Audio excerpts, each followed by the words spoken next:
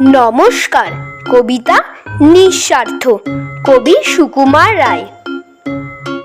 গোপালটা কি হিংসুটে মা, খাবার দিলেন ভাগ করে, বললে না কো মুখেও কিছু, ফেললে ছুঁড়ে রাগ করে।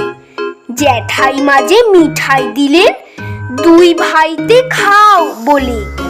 10টি ছিল, একটি তাহার চাখতে নিলেম ফাও বলে। আর যে 9টি ভাগ করে তাই 3টে দিলেম গোপালকে। তবুও কেবল হ্যাংলা ছেলে, আমার ভাগেই চোখ রাখি। বুঝিয়ে বলি, কাঁদিস কেন, তুই যে নেহাত কনিষ্ঠ। বয়স বুঝিয়ে সামলে খাবি, তা নইলে হয় অনিষ্ট।